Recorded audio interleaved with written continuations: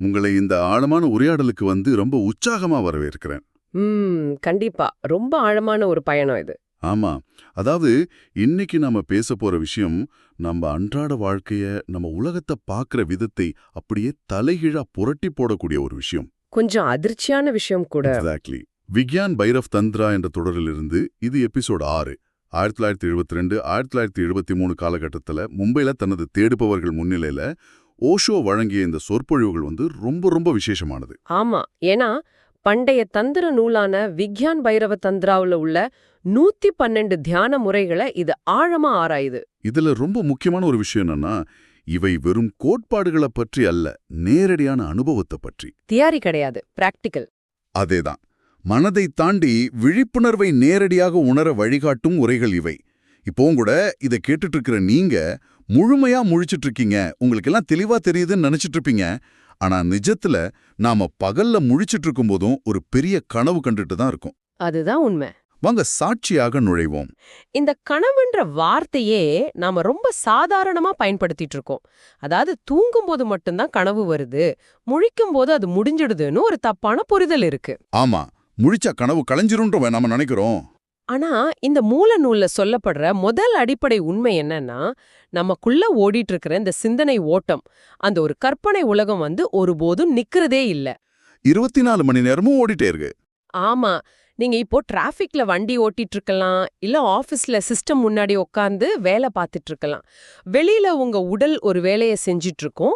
ஆனா உள்ளுக்குள்ள நாளைக்கு மீட்டிங்ல என்ன பேசுறது, இல்ல நேத்து அவங்க ஏன் அப்படி சொன்னாங்க அப்படின்னு ஒரு தனி உலகமே ஒரு தொடர்ச்சியான திரைப்படம் மாதிரி ஓடிட்டே இருக்கும். இத படிக்கும்போது எனக்குள்ள ஒரு சின்ன கேள்வி வந்தது. பகல்ல நமக்கு கனவு ஓடிட்டு இருக்குன்னா அது ஏன் நமக்கு தெரியற அப்படின்னு. அதுக்கு ரொம்ப அருமையான ஒரு விளக்கம் இருக்கு. ஆமா, ஒரு அழகான உதாரணம். பகல் நேரத்துல வானத்துல நட்சத்திரங்கள் இருக்குமா இருக்காதா? கண்டிப்பா இருக்கும். ஆனா சூரியனோட பிரகாசமான ஒளியில அந்த நட்சத்திரங்கள் நமக்கு தெரியறதில்ல. கரெக்ட். நம்மளோட அன்றாட வேலைகள், பரபரப்புகள் எல்லாமே அந்த சூரிய ஒளி மாதிரி. போன் நோன்றது, பேசுறது, இதெல்லாம் அந்த வெளிச்சம். இந்த வெளிச்சம் நமக்குள்ள ஓடிட்டு இருக்கிற பகல் நேர கனவுகளை அப்படியே மறைச்சிடுது. ஒருவேளை ரொம்ப ஆழமான ஒரு இருட்டு கிணற்றுக்குள்ள இறங்கி அங்கிருந்து மேல வானத்தை பார்த்தா பட்டப்பகல்ல கூட நட்சத்திரங்கள் தெளிவா தெரியும்னு சொல்வாங்க. அதே மாதிரி வெளியில இருக்கிற சத்தங்கள் எல்லாம் கொஞ்ச நேரம் நிறுத்திட்டு அமைதியா உட்கார்ந்து உள்ள கவனிச்சு பார்த்தா அந்த பகல் நேர கனவு எப்படி இடைவிடாம ஓடிட்டு இருக்குன்னு நமக்கு ரொம்ப தெளிவா புரிய ஆரம்பிக்கும். உள்ளே இந்த கனவு ஓடிட்டு இருக்கிற வரைக்கும் ஒரு மனுஷன் முழுமையா விழிப்போட இருக்கான்னு சொல்லவே முடியாது. இரவுல நாம தூங்கும்போது வெளியுலக தொடர்பு முழுசா கட்டாயிடுது. அது ஆழ்ந்த தூக்கம். பகல்ல கண்கள் திறந்திருக்கு, நாம வேலை செய்யறோம், அதனால அது கொஞ்சம் குறைவான தூக்கம். அவ்வளவுதான் வித்தியாசம். மத்தபடி மனதளவுல நாம இன்னும் தூக்கத்துல தான் இருக்கோம். எந்த ஒரு கனவும் எந்த ஒரு சிந்தனையும் இல்லாத முழுமையான ஒரு தூய வெறுமை நிலை எப்ப நமக்குள்ள உருவாகுதோ அதுதான் உண்மையான விழிப்புணர்வு. Pure emptiness. அதத்தான் ஜென் தத்துவத்துல புத்த நிலை அப்படின்னு சொல்றாங்க. வானத்துல எந்த மேகமும் இல்லாத, எந்த நட்சத்திரமும் இல்லாத ஒரு சுத்தமான வெட்ட வெளி எப்படி இருக்குமோ அது மாதிரியான ஒரு மனநிலை. ஆனா இது கேட்கறதுக்கு கொஞ்சம் முரண்பாடா தோணலாம். இயேசு கிறிஸ்து, கௌதம புத்தர், குருஜிஎஃப்னு பல நூற்றாண்டுகளா வந்த அத்தனை ஞானிகளும் மனித குலம் தூங்கி கொண்டிருக்கிறது அப்படின்னு தான் சொல்லியிருக்காங்க. அது நிறைய பேருக்கு புரியறதில்ல. நாம எப்படி தூங்கிட்டு இருக்கோம் நாம லாஜிக்கா யோசிக்கிறோம், பெரிய பெரிய சாஃப்ட்வேர் எழுதுறோம், ராக்கெட்டை விண்வெளிக்கு அனுப்புறோம். அப்படி இருக்கும்போது நாம தூங்கிட்டு இருக்கோம்னு சொல்றது எந்த விதத்துல நியாயம்? இது ரொம்ப இயல்பான கேள்விதான். இத புரிஞ்சுக்க அந்த தியேட்டர் உதாரணத்தை எடுத்துக்கலாம். நீங்க ஒரு மல்டிப்ளெக்ஸ் தியேட்டருக்கு போறீங்க. சுற்றிலும் இருட்டு, பெரிய ஸ்கிரீன்ல ஒரு படம் ஓடுது. அந்த படத்துல வர்ற கேரக்டர் அழும்போது உங்களுக்கும் கண்ணீர் வருது. அவங்க ஜெயிக்கும் போது நீங்க கைத்தட்டி சிரிக்கிறீங்க.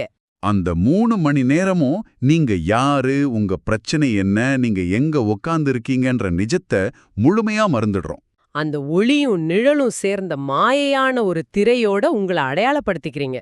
நம்ம வாழ்க்கையும் அதே மாதிரி பல ஜென்மங்களா ஓட்டிட்டு இருக்கிற ஒரு மெகா சீரியல் மாதிரி தான். மனசுன்ற அந்த ஸ்கிரீன்ல ஓடுற உலக கனவுல நாம் அப்படியே மூழ்கிட்டோம். உலகத்துல இருக்கிற அத்தனை விஷயத்தையும் நம்ம தெரிஞ்சு வச்சிருக்கோம். ஆமா, பங்குச்சந்தை எப்படி ஏறுது, அரசியல்ல என்ன நடக்குது, பக்கத்து வீட்ல என்ன பிரச்சனைன்னு எல்லாமே தெரியும். ஆனா உள்ள இருக்கிற நான் யாருன்றது மட்டும் நமக்கு தெரியாது. தன்னை தவிர மீதி உலகத்துல இருக்கிற அத்தனை குப்பைகளையும் தெரிஞ்சு வச்சிருக்கிறதுக்கு பேர் தான் அறியாம. அந்த அறியாமையத்தான் ஞானிகள் தூக்கம் அப்படின்னு சொல்றாங்க. இங்கதான் எனக்கு ஒரு பெரிய சந்தேகம் வருது. நாம தூங்கிட்டு இருக்கோம்னு ஒத்துக்கிட்டாலும் இதை விட்டு வெளியே வர்றதுக்கு சொல்லிக் கொடுக்கப்படுற தியான முறைகள் எல்லாமே ஏன் ரொம்ப படிப்படியான முறைகளா இருக்கு?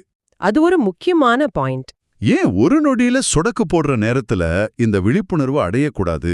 இதுக்கு பல வருஷங்கள் ஆகுமா என்ன? விழிப்புணர்வு அடையறதுக்கு காலம் ஒரு தடையே இல்ல. இந்த நொடியில இப்பவே முழுமையான விழிப்புணர்வை அடைய முடியும். ஆனா அப்படி திடீர்னு விழிப்புணர்வு வந்தா அந்த அதிர்ச்சியை தாங்குற அளவுக்கு நம்ம நரம்பு மண்டலமும் மனசும் தயாரா இல்லேன்றதுதான் நிஜம். பல ஜென்மங்களா பல வருஷங்களா ஒரு கற்பனை உலகத்தையே நிஜம்னு நம்பி வாழ்ந்து பழகிட்டோம். திடீர்னு ஒரு நாள் காலையில அந்த திரையை விலக்கிட்டு இது அத்தனையும் போய் இது அத்தனையும் கனவுன்னு நிஜம் உங்க கண் முன்னாடி வந்து நின்னா அது ஒரு மிக பெரிய மன அதிர்ச்சியா மாறிடும். ஒரு சைக்கலாஜிக்கல் ஷாக். உங்களை சுத்தி இருக்கிறவங்க எல்லாம் வெறும் இயந்திரங்கள் மாதிரி, ரோபோக்கள் மாதிரி தெரிய ஆரம்பிப்பாங்க. பல பேருக்கு இது பைத்தியம் பிடிக்கிற நிலைமையையோ அல்லது மரணத்தையோ கூட கொண்டு வந்துரும். வருஷக்கணக்கா இருட்டு குகைக்குள்ளே வாழ்ந்த ஒருத்தனை திடீர்னு கொண்டு வந்து உச்சி வெயில்ல நிறுத்தினா அவனோட கண்கள் எப்படி குருடாகி போகுமோ அது போலதான் இதுவும். அதனாலதான் படிப்படியான தியான முறைகளை வடிவமைச்சாங்க. அந்த முறைகள் விழிப்புணர்வை கொடுக்கறதுக்காக இல்ல, அந்த விழிப்புணர்வு வரும்போது அதை தாங்கிக்கிற வலிமைய ஒரு ஷாக் அப்சார்பரை நமக்குள்ள கொஞ்சம் கொஞ்சமா உருவாக்குறதுக்காக தான். அந்த படிப்படியான முறைகள்ல விக்யான் பைரவ தந்திராவுல சொல்லப்பட்டிருக்கிற முதல் முறை ரொம்பவே ஆச்சரியமான ஒண்ணு. உலகமே ஒரு கனவு அப்படின்னு பழகிறது. நீங்க காலையில எழுந்து பல் தேய்க்கிறது, ஆபீஸ்க்கு பஸ்ல போறது, காஃபி குடிக்கிறதுன்னு அத்தனையுமே ஒரு கனவுன்னு ஆழமா நினைக்க ஆரம்பிக்கிறது. ஆதிசங்கரர் இதையே உலகம் ஒரு மாயை அப்படின்னு சொன்னார். ஆனா இத மேற்கத்திய தத்துவவாதிகள் எவ்வளவு தப்பா புரிஞ்சுக்கிட்டாங்கன்றது ஒரு பெரிய நகைச்சுவை. மேற்கத்திய மனவெல்ல எப்போலுமே எல்லாத்தையும் லாஜிக் வழியா, விவாதங்கள் வழியா தான் அணுகும். சங்கரர் சொன்ன இந்த மாயை கான்செப்ட அவங்க வெறும் தத்துவார்த்த விவாதமா எடுத்துக்கிட்டாங்க. உதாரணமா பெர்க்லி அப்படின்ற தத்துவவாதி உலகமே ஒரு மாயைன்னு வாதிட்டார். அவர் ஒரு நாள் டாக்டர் ஜான்சன் கூட தெருவுல நடந்து போயிட்டு இருந்தார். ஜான்சன் ஒரு ரியாலிஸ்ட். அவர் கண்ணுக்கு தெரியறத மட்டும்தான் நம்புவாரு. திடீர்னு ஜான்சன் என்ன பண்ணாருன்னா வழியில கிடந்த ஒரு பெரிய கல்ல கோவமா ஓங்கி உதைச்சார். உதைச்ச வேகத்துல ஒரு கால் விரல்ல இருந்து ரத்தம் கொட்ட ஆரம்பிக்குது. வழியில துடிச்சிட்டு பெர்க்லிய பார்த்து ஒரு நக்கலான சிரிப்போட கேட்டார், நீங்க சொல்ற மாதிரி உலகமே மாயே, இந்த கல்லும் ஒரு கனவுதான் அப்படின்னா எனக்கு ஏன் இப்ப இவ்ளோ வலிக்குது, என் கால்ல இருந்து ஏன் ரத்தம் வருது அப்படின்னு கேட்டார். அதாவது அவங்க இத ஒரு அறிவுபூர்வமான விவாதமா மட்டும்தான் பார்த்தாங்க.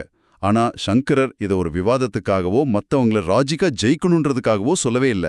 விஷயத்தையும் நடக்கும்போது இது கனவு, சாப்பிடும்போது இந்த சுவை ஒரு கனவு, ஒருத்தர் திட்டினா அவர் திட்டுறது ஒரு கனவு அப்படின்னு விடாப்பிடியா தன்னோட ஆழ் மனசுல பதிய வச்சுட்டே வர்றாருன்னு வச்சுப்போம். 4வது வாரத்துல என்ன நடக்கும்னா, அவர் நிஜமாவே தூங்கிட்டு இருக்கும்போது ஒரு கனவு வரும்.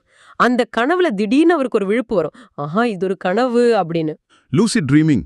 ஒரு முறை தூக்கத்துல வர்ற கனவுக்குள்ள நீங்க விழிச்சிட்டீங்கன்னா அதுக்கப்புறம் பகல்ல நடக்கிற இந்த வாழ்க்கை கனவு உங்களால ரொம்ப ஈஸியா உணர்ந்து அதுல இருந்து உங்களை விலக்கிக்க முடியும்.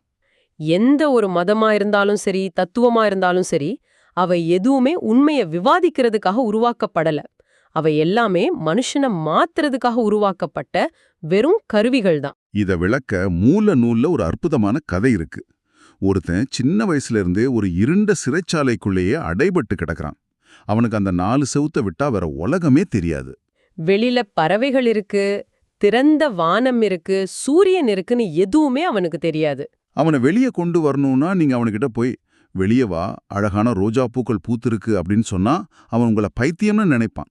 ஏன்னா அவனுக்கு பூக்கள் அப்படின்ற வார்த்தைக்கே அர்த்தமே தெரியாது. அவனோட அகராதியில சிறை கம்பிகளும் இருட்டும் மட்டும்தான் இருக்கு.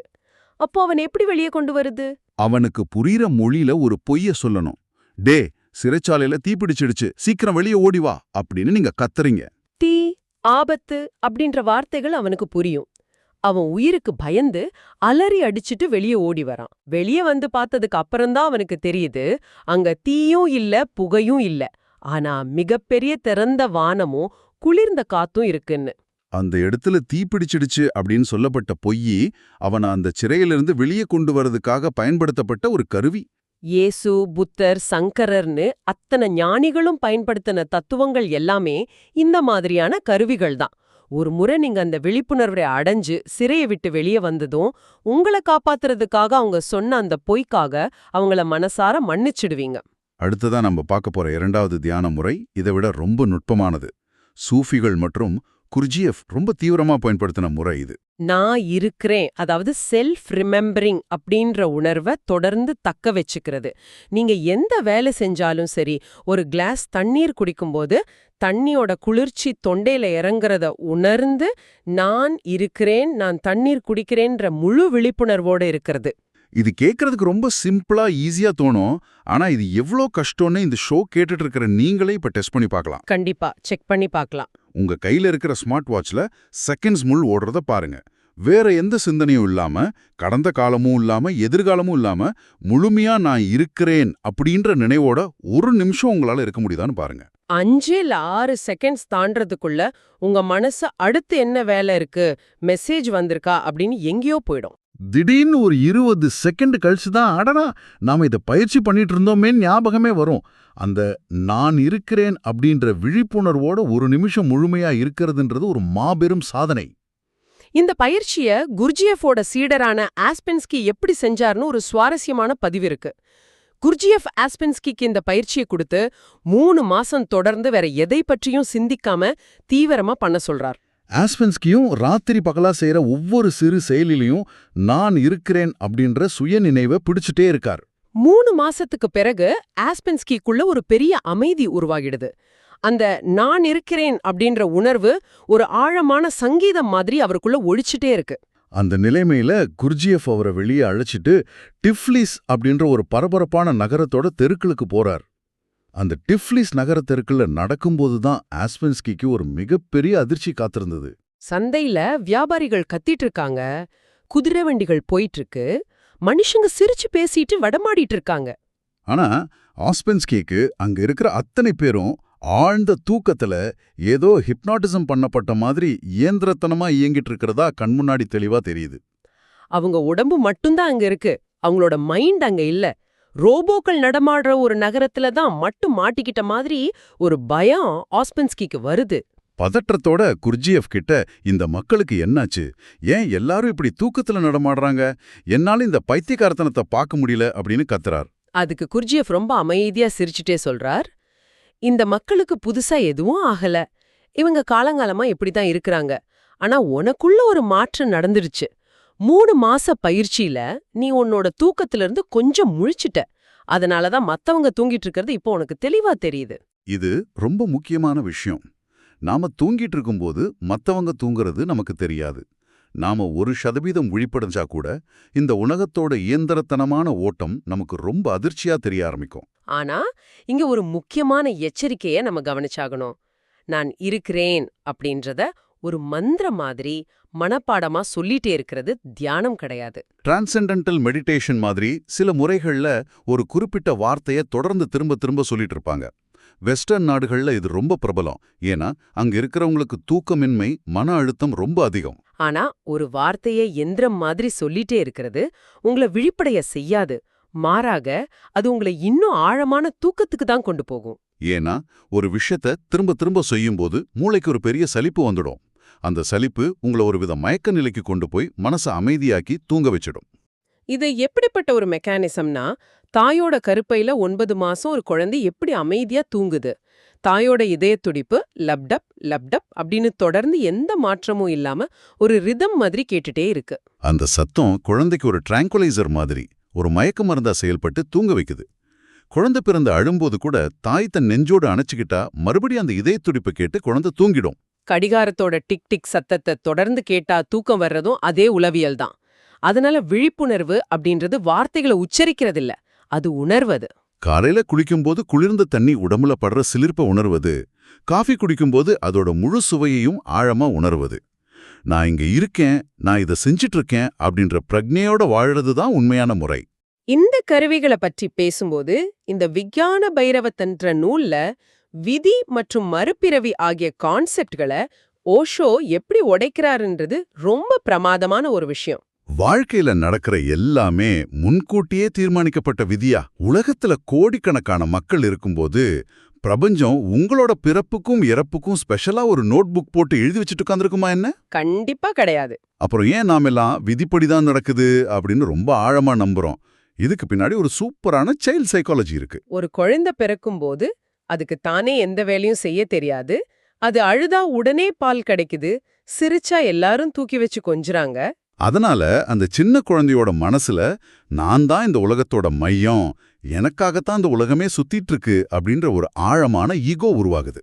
ஆனா அதே குழந்தை வளர்ந்து பெரியவனாகி ஸ்கூலுக்கோ வேலைக்கோ போகும்போது அவனோட எதிர்பார்ப்புகளை இந்த உலகம் கொஞ்சம் கூட மதிக்கிறதில்ல.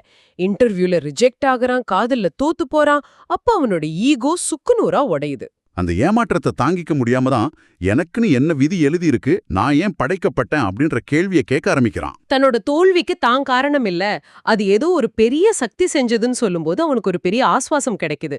இங்கதான் விதி அப்படின்ற கருவி உள்ள வருது. விதி என்பது ஒரு தத்துவம் கிடையாது. நீங்க வாழ்க்கையில எந்த பெரிய கஷ்டம் வந்தாலும் எல்லாம் விதிப்படிதான் நடக்குதுன்னு முழுமையா ஏத்துக்கிட்டீங்கன்னா உடனே உங்க மனசுல இருக்கிற ஸ்ட்ரெஸ் குறைஞ்சிரும். வெற்றி வந்தாலும் விதி, தோல்வி வந்தாலும் விதின்னு நினைக்கும் போது அந்த செயல்ல இருந்து உங்களை நீங்களே விலக்கிக்கிறீங்க. மேடையில நடக்கிற நாடகத்துக்கும் ஆடியன்ஸ் சீட்ல உட்கார்ந்து பார்க்கிற உங்களுக்கும் எந்த சம்பந்தமும் இல்லைன்ற ஒரு இடைவெளி உருவாகுது. அந்த இடைவெளி உங்களை விழிப்படைய செய்ய பயன்படுத்தப்பட்ட ஒரு யுக்தி தான் விதி. இதையே மதங்களோட ஒப்பிட்டு பார்க்கும்போது இன்னும் பல உண்மைகள் உடையுது. இஸ்லாம், கிறிஸ்தவம், யூத மதங்கள் எல்லாமே மனிதனுக்கு ஒரே ஒரு பிறவிதான் அப்படின்னு ஆணித்தரமா சொல்றாங்க. ஆனா இந்தியாவுல தோன்றின இந்து, பௌத்த, சமண மதங்கள் எல்லாமே மனிதனுக்கு பல பிறவிகள் உண்டு, இது ஒரு சக்கரம் அப்படின்னு சொல்றாங்க. இதுல எது உண்மை? லாஜிக்கா பார்த்தா ரெண்டுமே ஒரே நேரத்துல உண்மையா இருக்க முடியாது. ரெண்டுமே முழுமையான உண்மையும் கிடையாது, முழுமையான பொய்யும் கிடையாது. ரெண்டுமே அந்தந்த காலகட்டத்துல அந்தந்த நிலப்பரப்புல வாழ்ந்த மக்களுக்காக வடிவமைக்கப்பட்ட கருவிகள் தான். இயேசுவும் முகமது நபியும் எந்த மாதிரியான மக்கள் கிட்ட பேசுனாங்க? அவங்க ரொம்ப ஏழையான பாலைவனத்துல பசியோடும் வறுமையோடும் போராடிட்டு இருந்த மக்கள். அவங்க கிட்ட போய் உங்களுக்கு இன்னும் பல ஆயிரம் பிறவிகள் இருக்கு, நீங்க செத்து செத்து பிறப்பீங்க அப்படின்னு சொன்னா அவங்க விரக்தியில தற்கொலை பண்ணிப்பாங்க. பசியில இருக்கிறவனுக்கு பொறுமை இருக்காது, அவனுக்கு உடனடியா ஒரு தீர்வு வேணும். அதனாலதான் அவங்க கிட்ட கவலைப்படாதீங்க, உங்களுக்கு இருக்கிறது இந்த ஒரே ஒரு வாழ்க்கை தான், இதுல நீங்க கடவுளை நம்பி நல்லபடியா வாழ்ந்தா செத்த அடுத்த நிமிஷமே உங்களுக்கு சொர்க்கம் காத்துட்டு இருக்கு அப்படின்னு ஒரு அவசரத்தையும் நம்பிக்கையும் உருவாக்குனாங்க. அந்த ஏழை மக்களுக்கு விழிப்புணர்வை ஏற்படுத்த அது ஒரு சரியான கருவியா வேலை செஞ்சுது. ஆனா இந்தியா மாதிரியான நிலப்பரப்புல நிலைமை வேற. புத்தர், மகாவீரர், கிருஷ்ணர் இவங்க எல்லாமே அரச குடும்பத்துல பிறந்தவங்க. அவங்க பேசின மக்களும் ரொம்ப செழிப்பான, எந்த பஞ்சமும் இல்லாத சமூகத்துல வாழ்ந்தவங்க. எல்லா சுகபோகங்களையும் அனுபவிச்ச ஒரு பணக்காரனுக்கு பசி ஒரு பிரச்சனையே இல்ல. அவனோட பிரச்சனை சலிப்பு. வாழ்க்கையில எல்லாத்தையும் பார்த்தாச்சு, இனிமே பார்க்கறதுக்கு ஒண்ணும் இல்லைன்ற ஒரு வெறுமை. அவன்கிட்ட போய் நீ சொர்க்கத்துக்கு போவேன் அப்படின்னு சொன்னா, நான் இப்போ உட்கார்ந்து இருக்கிறதுக்கே சொர்க்கம் மாதிரி தான் இருக்கு, அங்க போய் புதுசா என்னத்த பார்க்க போறேன் அப்படின்னு கேட்பான். அதனாலதான் உங்களுக்கு பல பிறவிகள் அப்படின்ற கருவியை யூஸ் பண்ணாங்க. டேய், நீ இப்போ உட்கார்ந்து சாப்பிடுற இதே சாப்பாடு, நீ அனுபவிக்கிற இதே அரண்மனை வாழ்க்கை, இதே சின்ன சின்ன சந்தோஷங்கள் அடுத்த பிறவிலையும் கிடைக்கும், அதுக்கடுத்த பிறவிலையும் இதேதான் திரும்ப திரும்ப நடக்கும். ஒரு எலி சக்கரத்துல ஓடுற மாதிரி இதிலே நீ மாட்டிட்டு முழிக்க போற அப்படின்னு பயமுறுத்துனாங்க. எல்லாத்தையும் அனுபவிச்சு சலிச்சு போன ஒருத்தனுக்கு இதேதான் திரும்பவும் நடக்கும்னு சொல்றது ஒரு மிகப்பெரிய சித்திரவதை. சலிப்புல இருந்து அந்த நறுக்கழி சக்கரத்திலிருந்து எப்படியாவது தப்பிச்சு வெளியே போகணுன்ற ஏக்கத்தை, ஒரு விடுதலை உணர்வை அவனுக்குள்ள உருவாக்குறதுக்காக பயன்படுத்தப்பட்ட கருவிதான் மறுபிறவி. பாருங்க, ஒரே இலக்க அடைய வெவ்வேறு மனிதர்களோட உளவியலுக்கு ஏத்த மாதிரி எவ்வளவு நேர்த்தியா கருவிகளை மாத்திருக்காங்க. ஒரு பக்கம் உடனே விழிப்படைய வைக்க ஒரே பிறவி, இங்கொரு பக்கம் சலிப்பை உண்டாக்கி விழிப்படைய வைக்க பல பிறவிகள். ஆனா நாம என்ன பண்றோம், இந்த கருவிகளை புரிஞ்சுக்காம என் மதம் சொல்றதுதான் உண்மை, உன் மதம் சொல்றது பொய்ன்னு நூற்றாண்டுகளா சண்டை போட்டு ரத்தம் சிந்தி அந்த கருவிகளையே கடவுளாக்கி கும்பிட்டு இருக்கிறோம். மதங்களும் தத்துவங்களும் விதியும் மறுபிறவியும் நாம விழிப்படையறதுக்காக கொடுக்கப்பட்ட அலாரங்கள். ஆனா நாம அந்த அலாரத்தை ஆஃப் பண்ணிட்டு திருப்பி தூங்குறோம். இதையெல்லாம் யோசிக்கும்போது எனக்கு தோன்ற ஒரு புது சிந்தனையை உங்களுக்கு முன்னாடி வைக்கிறேன். உலகம் ஒரு கனவு, நாம தூங்கிட்டு இருக்கோம், நாம விழிப்படையணும் அப்படின்னு இவ்ளோ நேரம் பேசணும். ஆனா இந்த வாழ்க்கை முழுவதுமே ஒரு கனவு அப்படின்னா அந்த கனவை கண்டுட்டு இருக்கிறது யாரு? நீங்க இந்த பிரபஞ்சத்தை கனவு கண்டுட்டு இருக்கீங்களா, இல்ல இந்த பிரபஞ்சம் உங்களை கனவு கண்டுட்டு இருக்கா? ஒருவேளை நீங்க விழிப்படைஞ்சிட்டீங்கன்னா அதுக்கப்புறம் நீங்க அப்படின்னு சொல்லிக்கிற அந்த அடையாளமே மிஞ்சி இருக்குமா? இதை கொஞ்சம் நிதானமா யோசிச்சு பாருங்க. இவ்வளோ நேரம் கேட்டதுக்கு ரொம்ப நன்றி. இந்த தமிழ் வாய்ஸ் ரீட்ஸ் சேனல் மானிட்டைசேஷன் இல்லாமனா நடக்குது. இந்த ஆடியோ புத்தகம் உங்களுக்கு பயன் தருது என்று நினைத்தால் இந்த முயற்சி தொடர்ந்து போக உங்க ஆதரவு மிகவும் உதவும். என்னுடைய இந்த முயற்சிக்கு நன்கொடை அளிக்க விருப்பம் இருந்தால் டிஸ்கிரிப்ஷன்ல கொடுக்கப்பட்டுள்ள UPI ID மூலம் வழங்கலாம். உங்களால் முடிந்த அளவு போதும். சிறிய ஆதரவும் பெரிய உதவிதான். இந்த வீடியோ உங்களுக்கு பயனுள்ளதாக இருந்தால் சப்ஸ்கிரைப் பண்ணுங்க. மற்றவர்களுக்கும் பகிர்ந்து கொள்ளுங்கள். இந்த கருத்துக்கள் அவர்களுக்கும் தேவையாக இருக்கலாம். லைக் பண்ணுங்க. உங்க கருத்துக்களை கமெண்ட்ல பகிருங்கள். மனப்பூர்வமான நன்றி.